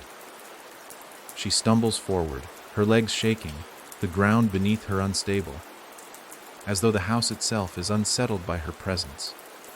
Thud. The noise comes again, louder this time, followed by a series of sharp cracks, like bones snapping under pressure. Claire feels a chill run down her spine as she moves closer to the heart of the house, toward whatever it is that is buried beneath it. The air thickens, and Claire's breath comes in short bursts. She can feel the house tightening around her, its walls squeezing, the foundation pressing in from all sides. There's something deep inside, something that is waking up, clawing at the walls, trying to break free. She steps forward, closer to the place where the ground seems to tremble beneath her feet. A low growl rises from somewhere deep below, vibrating through the floorboards, and Claire gasps, her hand reaching for the nearest wall to steady herself. And then, with a loud crash, the floor beneath her splits open. Claire falls forward, arms flailing, her body jerking as she tumbles into the dark abyss beneath the house. She hits the ground hard, her breath knocked out of her, the world spinning around her.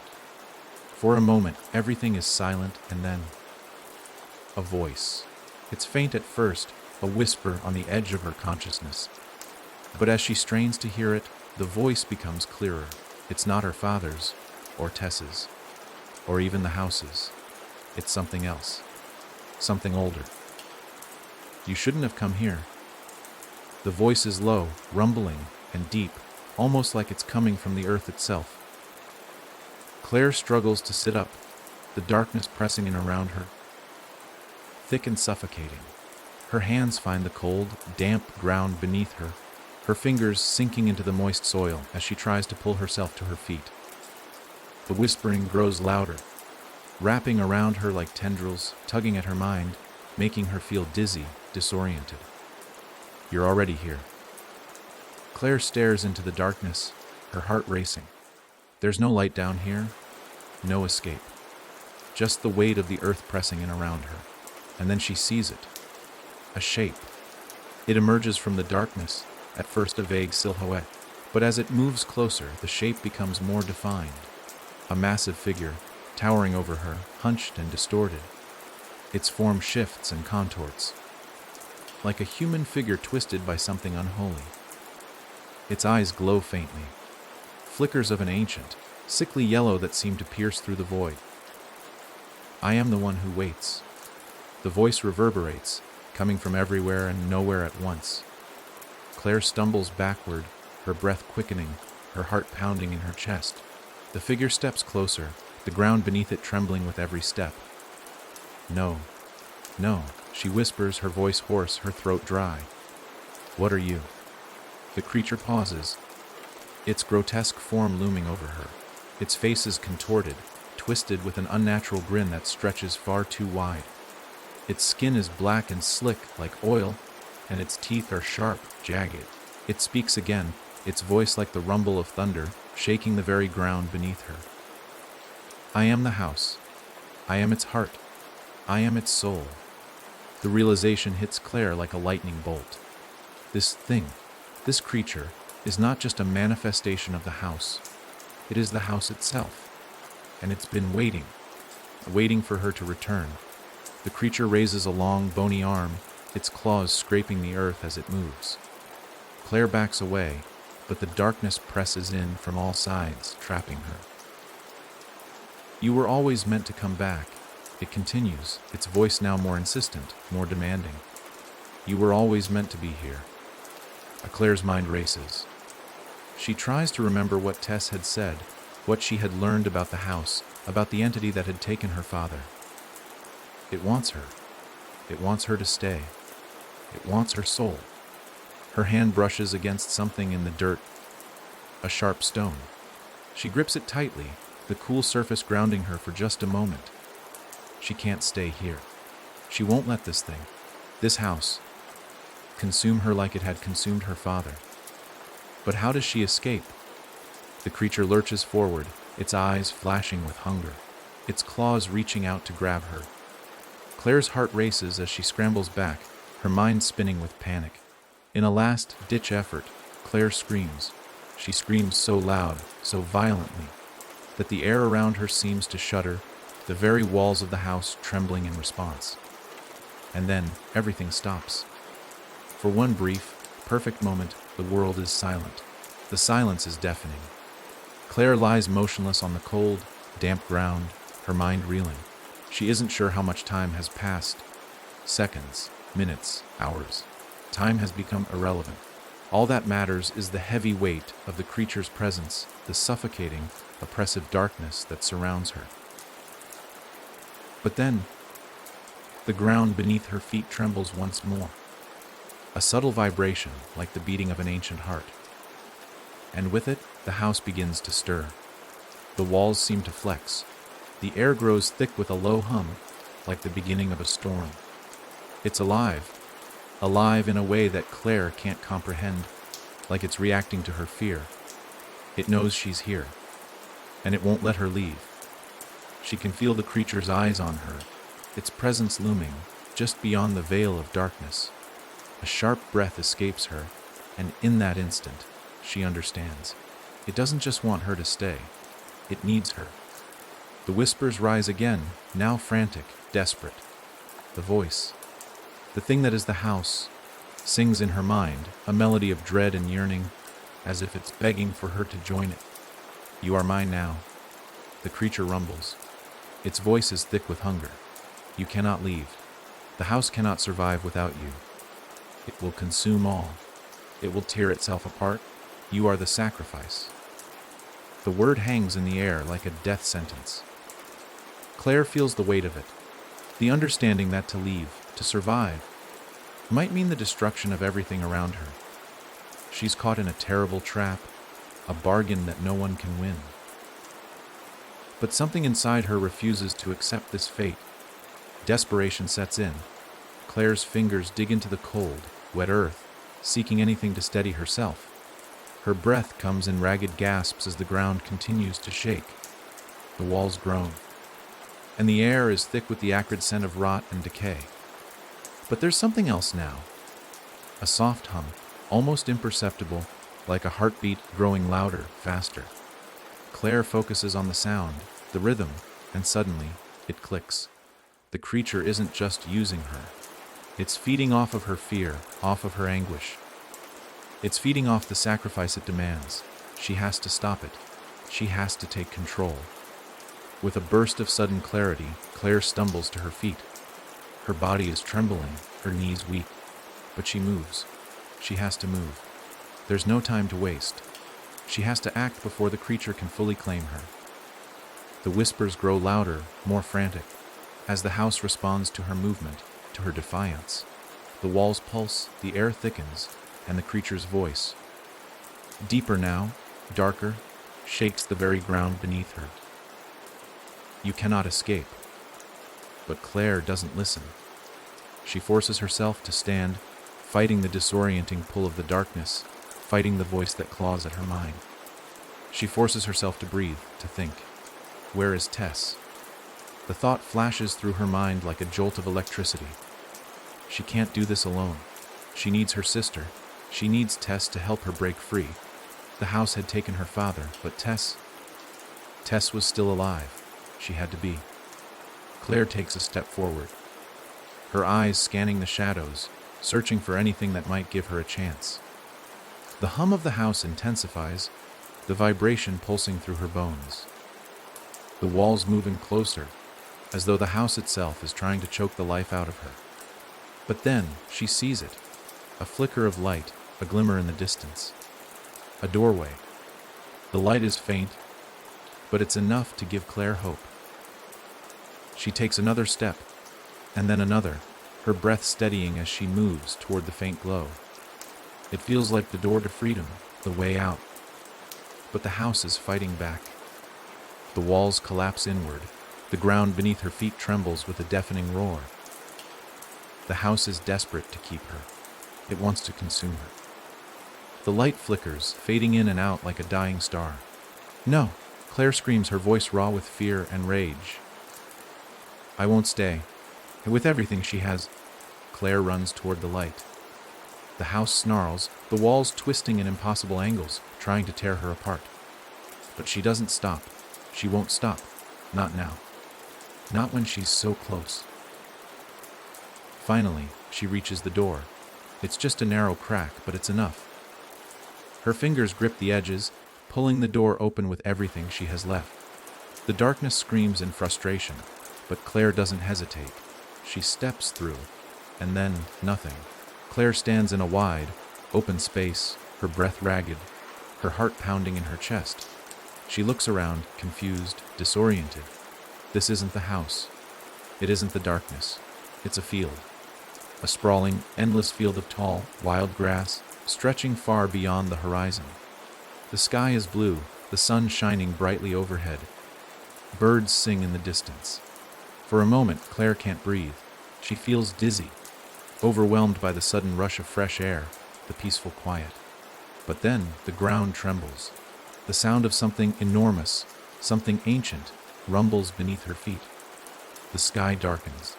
The wind picks up, howling like a storm. And then, Claire hears the voice again. Louder this time, deep and guttural. You cannot run. The ground cracks open beneath her. And the creature, the house, rises from the earth, its massive, writhing form emerging from the depths. The sky shatters into pieces, and the world around her begins to collapse. Claire's breath catches in her throat as the house pulls itself free from the ground. It's not done. It won't let her go. Claire's heart pounds in her chest as the world around her cracks and shifts. The house, no, the creature, rises from the earth like an ancient beast, its limbs creaking and groaning with age and hunger. The sky, once bright and blue, has turned a sickly shade of gray, swirling with dark clouds that crackle with the energy of an oncoming storm. She tries to move, to run, but her feet are glued to the ground. Fear claws at her throat, choking her, suffocating her. The ground shakes with each of the creature's movements, as though the entire world is being pulled into its orbit, and Claire is nothing but a helpless pawn in its game. You cannot escape. The voice booms again, louder this time, shaking the very air around her. The creature's form towers over her, its eyes, if it even has eyes, glowing with an unnatural, malevolent light. It is both ancient and new, a twisted amalgamation of decay and life. Its voice echoes in her mind, invasive and suffocating. You cannot run, Claire. You belong to me now. The words sink into her like cold steel, and for a moment, she feels the weight of them. It's true, isn't it? Everything she's fought for, everything she's endured, has led to this. The house, the creature, they want her. They need her. But no matter how loud the voice gets, no matter how deep its grip on her grows, Claire refuses to give in. She won't, can't, accept this. A sudden gust of wind knocks her off balance, and she stumbles to her knees. The grass beneath her is thick and wet, its roots twisting upward, as if the earth itself is alive, clawing its way up through the soil. The world is falling apart. The house is not just a house. It is something much worse, much more powerful than she could have ever imagined. A low, guttural growl vibrates the ground beneath her. The creature moves closer, its shadow swallowing the entire field. Its voice fills the air again, like 1,000 whispers pressing into her mind, dragging her deeper into its web. You don't understand, Claire. This world, this reality, it's mine to control. You are nothing more than a vessel. I'll consume you, body and soul, until nothing remains. The air is thick with its hunger, and Claire can feel the weight of its power pressing in on her. It's everywhere, the very air, the soil, the sky, all tainted by its presence. There is no escape, no place to run, no place to hide. But Claire is not alone.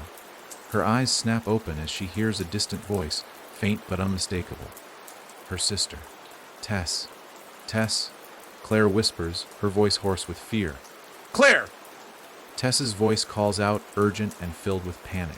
You have to get out of there! You have to, but the rest of her words are swallowed by the roaring wind, the house's oppressive presence drowning them out. Tess! Claire screams, but her voice is weak. Tess? Where are you? The ground beneath Claire trembles again, and she can feel the creature's power growing stronger. The shadows of the house stretch out, reaching toward her like long, twisted hands. She can almost hear it, its hunger, its need, its desperation. But in the midst of the chaos, something shifts. There's a flicker, a moment of clarity. Claire's eyes narrow, and her pulse quickens. The door. The door she had seen earlier, the one that had seemed so far away. She can still see it. It's not a mere doorway. It's a way out. She can escape. With every ounce of strength she has left, Claire pushes herself up. Her legs are shaking, her breath ragged, but she forces herself to move. She knows she's running out of time. The creature is closing in. The shadows reach for her, their fingers like cold, twisted tendrils, but Claire doesn't hesitate. She runs. Her feet pound against the earth, her body screaming in protest, but she doesn't stop. She doesn't look back. The door is so closed now, she can almost feel the cool air of freedom brushing against her skin. A deafening roar erupts from behind her, and Claire's heart skips a beat. The house is angry now, furious. It's shaking the ground beneath her with its fury, trying to pull her back into its grasp. The wind howls around her, threatening to push her off course. But Claire keeps running, the door getting closer with every step. And then, she's there. She reaches the door, her fingers grasping the edges. But as she pulls it open, a searing pain shoots through her chest, a sudden sharp jolt that forces her to scream. The creature's claws, its cold, jagged fingers, dig into her mind, trying to drag her back, to force her into the darkness. She fights. Her mind floods with memories of Tess, of her father, of everything she's lost. The love, the pain, the strength that has carried her this far. She refuses to be consumed. She won't let it win. With a final cry, Claire steps through the door, but when she opens her eyes, she doesn't find herself in a field anymore. The world around her is still, quiet, empty. It's the house again. But something is different. The walls are no longer just walls. They pulse with life, their surfaces slick with an oily sheen. The air is thick with the smell of dampness, decay, and rot. And then she realizes the door is gone. There is no way out. The truth crashes down on her like a tidal wave. This place, this realm, is the house. The creature. It is the house, and the house is the creature. There is no escaping it. There never was. You've made your choice, Claire. The voice whispers, soft and almost tender. And now, you will never leave. Claire's mind spins, her breath coming in shallow gasps. She stumbles back, her hands pressing against the slick walls of the twisted, pulsating house. The air around her feels thick, suffocating, as though the very room is alive, watching her, waiting for her next move. The creature's voice, now soft and seductive, hums in her ears, a low, vibrating tone that lingers in her bones. You've come so far, Claire, but don't you see? This is your home now. Her mind reels, her body frozen in place, as the weight of the words settles over her like a suffocating blanket. Home? This is her home. The truth gnaws at her, biting at her sanity. The house, the creature, it's all the same. It is not just a place or a being. It is a force, a living thing that exists beyond the limits of time and space. It is a prison, a labyrinth with no exit, no escape. And yet, Claire refuses to accept it. Her fingers curl into fists, nails digging into her palms as her mind claws its way through the fog. She cannot give up. Not now. Not after everything. You cannot fight it. The creature continues, its voice reverberating through her very bones. You are part of it. You always have been. Claire shakes her head, pushing against the walls, trying to move, to feel something. Anything. That isn't the crushing weight of the house's will. She can't breathe. She can't think. The creature is everywhere, in the walls, in the very air she breathes. I don't belong to you, Claire whispers, but the words sound hollow in the oppressive silence. She wants to believe them, but the doubt creeps in, like a shadow wrapping around her heart. The walls shift, the room expanding, contracting, pulsing in rhythm with the creature's breath. A cold gust of air sweeps through the room, carrying with it the scent of rot, of decay. Claire gasps, her stomach twisting in revolt. Then she sees it. In the far corner of the room, hidden in the shadows, a figure stands motionless. At first, Claire thinks it is just another part of the house's twisted design. But as her eyes focus, she realizes it's someone she knows. Tess, Claire whispers, her heart skipping a beat. The figure stirs, and Claire's breath catches in her throat. It is Tess, but she is different. Her body is pale, her skin stretched tight over her bones, her eyes hollow, black as night. There is no sign of the sister Claire once knew. She is nothing more than a puppet, strung together by the house's will. Tess, Claire screams, her voice breaking as she runs toward her sister. No, what have they done to you? But Tess doesn't move. Her head tilts slightly, her black eyes fixated on Claire with an unsettling, empty stare. It's as though she's no longer even there, her body an empty vessel, a mere extension of the creature's power. Tess, please, Claire pleads, her hands trembling as she reaches out to touch her sister's cold, lifeless skin. I'll get you out of here. I'll fix this. We can escape. We can. But as her fingers make contact, Tess's body lurches. Her mouth opens in a silent scream, her form distorting, warping, as though the very fabric of her being is being torn apart. Claire stumbles back, her heart pounding in her chest as her sister's body shudders and twitches violently. The creature's voice rings out again, this time filled with mockery. She is mine now, Claire. Just as you will be. Claire's blood runs cold as she watches Tess's body twist in ways that should be impossible. The house is using her sister as a puppet, just as it had used Claire herself. The very air around them feels thick with an unbearable weight, as if the creature is draining the life from them both. No. Claire whispers, her voice raw with desperation. No, I won't let you take her. I won't let you win. The creature's laughter echoes in the room, reverberating in Claire's skull. You think you can stop me? You think you can break free? Her hands shake, but Claire forces herself to focus. She needs to do something. She needs to fight. There has to be a way. And then she remembers. The door. The door she saw earlier, the one that had been so far away, the one she had almost reached before the creature dragged her back into this nightmare. The door is the key, isn't it? It's the only way out. Claire takes a deep breath, gathering every ounce of strength she has left.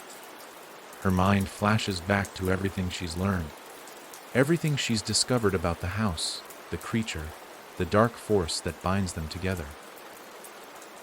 The house isn't just a physical structure. It's a living entity, a mind of its own. It feeds off of fear, off of despair, off of the very darkness that exists in the hearts of those trapped inside it. And Claire realizes she is the key. Her fear, her anger, her grief. They are what the creature feeds on. And to defeat it, she has to let go. She has to stop feeding it. She looks at Tess one last time. The creature's grip on her sister is tight, but there's still a flicker of humanity deep within those empty eyes. Claire can still save her. Please, Tess, Claire whispers, her voice barely audible. I will find a way to bring you back, I promise. But I have to let go. Tears blur her vision as she steps away from her sister's twisted form. The house groans around her, the air thickening, but Claire pushes forward. She focuses on the door, now glowing faintly in the distance. It's still there, still waiting for her. As she moves toward it, a strange calm washes over her. The house is no longer a prison. It is simply a thing, a force. And she is the one with the power to break it. With one last breath, Claire steps through the door. The door creaks open, and Claire steps into the unknown. Her heart pounds, a chaotic rhythm of dread and hope that echoes through her veins. For a moment, she thinks she has crossed into another dimension, a place where reality and nightmare intertwine. The air is still here, suffocating, but different.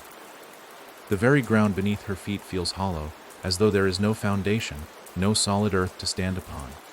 She looks around. The room is dim, its features shifting, hazy like a dream she can't quite grasp.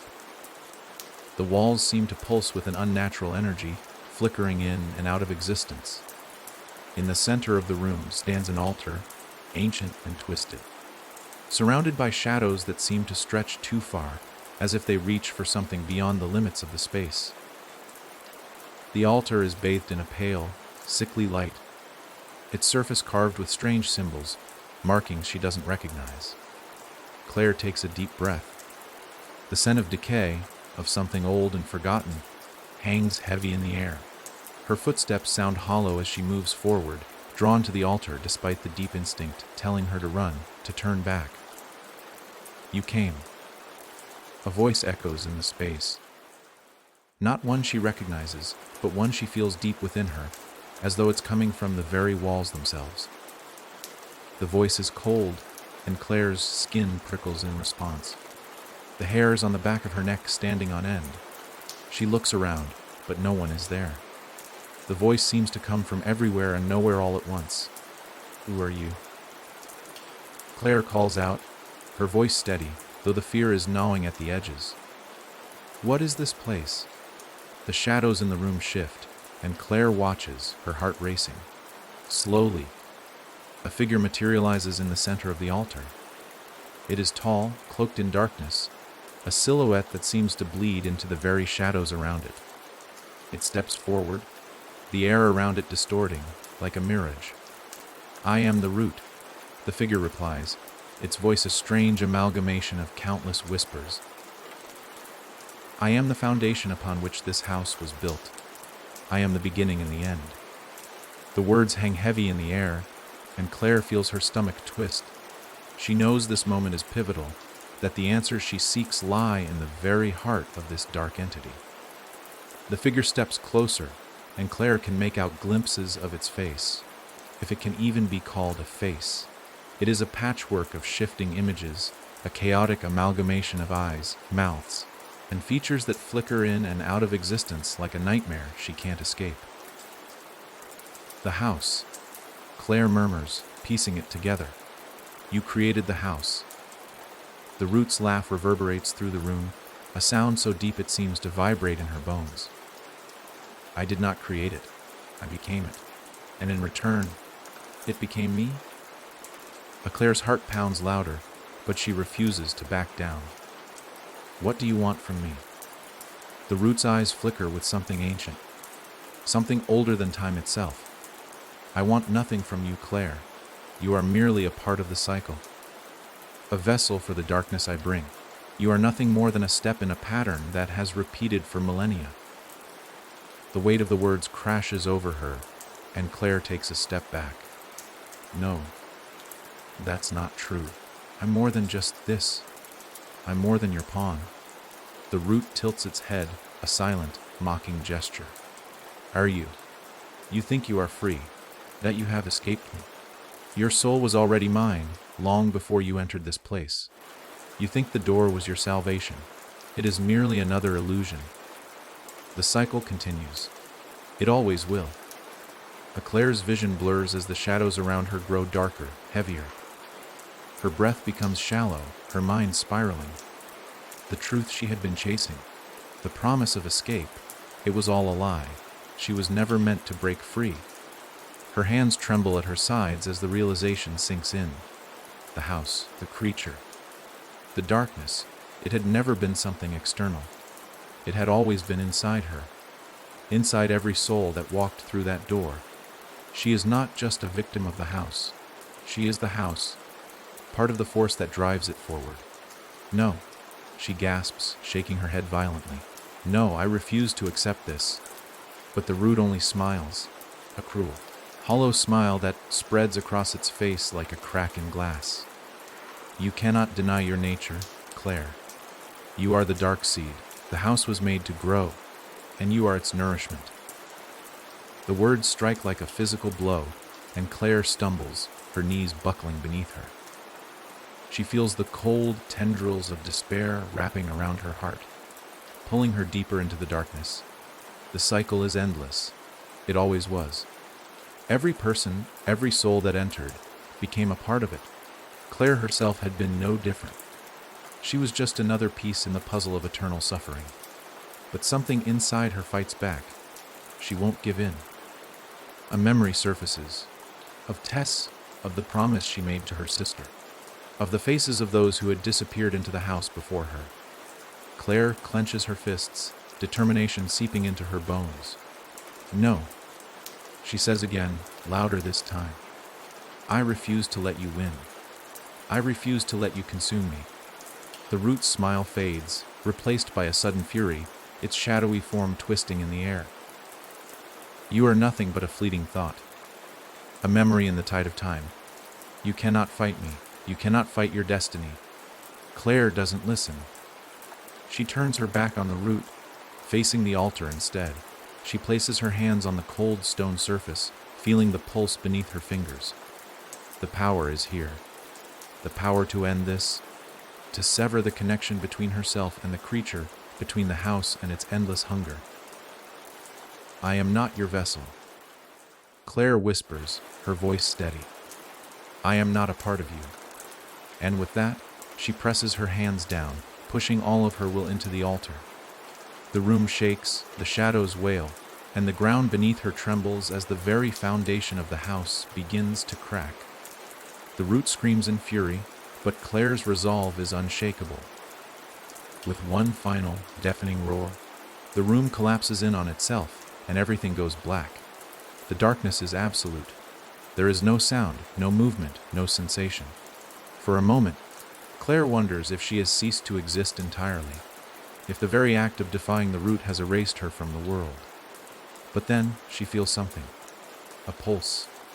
A faint tremor. Like the beat of a distant heart. It starts as a whisper, barely perceptible, but it grows louder with each passing second. The void around her begins to thin, as if it were never truly real to begin with. Claire can feel the weight of something pressing against her consciousness, pulling her back into the waking world. Her eyes snap open. She's lying on cold stone, the floor beneath her smooth and unyielding. The air is stale, carrying the scent of decay and rot. She blinks, pushing herself up with trembling arms.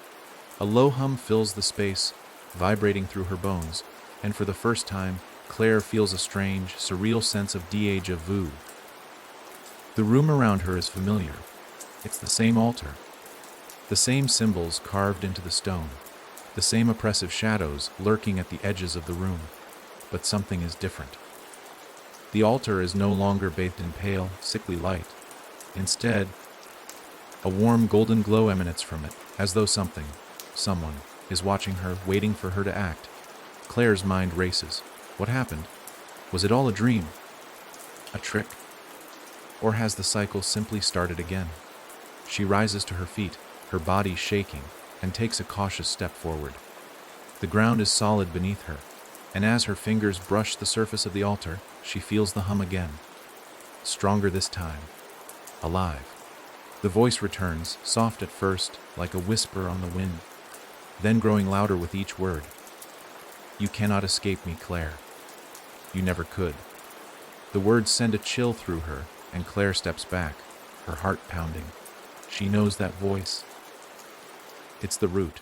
It's not just the echoes of its presence. It's the creature itself, speaking from within her mind. Why? She gasps. Why do you keep doing this? Why won't you let me go? The golden light intensifies, blinding her for a moment before fading into a soft, almost comforting glow. The shadows at the edges of the room stir, taking on the shape of a figure, tall and imposing, but strangely familiar. No one escapes the cycle, the root replies. Not even you. You think you were free, but you were always part of me. You are me. The house was never your prison. It was your purpose. Claire shakes her head violently. No! I broke it. I destroyed you. You think you did. The root interrupts, its voice now mocking. But you cannot destroy that which is born of eternity. The house, the curse, the darkness, it is not something you can defeat. It is something that feeds on you. It feeds on everyone who enters. And now, you are mine, Claire. Forever. Claire falls to her knees, her hands gripping the stone in desperation. The golden light seems to warp around her, bending and twisting in unnatural ways. The room begins to pulse with a rhythmic beat, like a heart growing stronger, louder. No, she whispers, her voice breaking. I won't become this. I won't become part of you again. But the shadows around her grow, encroaching, suffocating. Her mind races, seeking an answer, a way out. But the root's voice is everywhere now, filling the air, pressing against her skull. It's inside her, just as it always has been.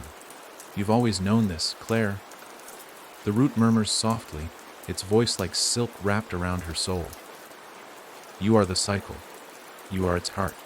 The house cannot exist without you, and neither can you exist without the house. Claire's vision blurs as the weight of the truth presses down on her. Every step she took, every decision she made, it was all a part of this. She had been trapped before she even knew it. The cycle has always been in her. The house is in her. But then, in the deepest corner of her mind, A spark of defiance flickers. She won't accept this. No matter how twisted, how warped the truth is, Claire refuses to be consumed. Her breath comes in sharp, ragged gasps as she stands, forcing herself upright. Her hands shake as they reach out toward the altar again, but this time, she doesn't touch the stone. Instead, she presses her palms against the floor. The pulse in the room grows stronger, vibrating through her body, but this time, Claire welcomes it. She opens herself to the darkness, allowing it to seep in, to fill her completely. She won't fight it, not anymore. The cycle begins anew, but this time, Claire is not a pawn. She is the key. As the darkness swallows her, she knows the truth: the cycle will continue, but she will not be its victim. She will control it. She will use it. And when the time comes, she will break it once and for all. The house shifts, bends, and trembles.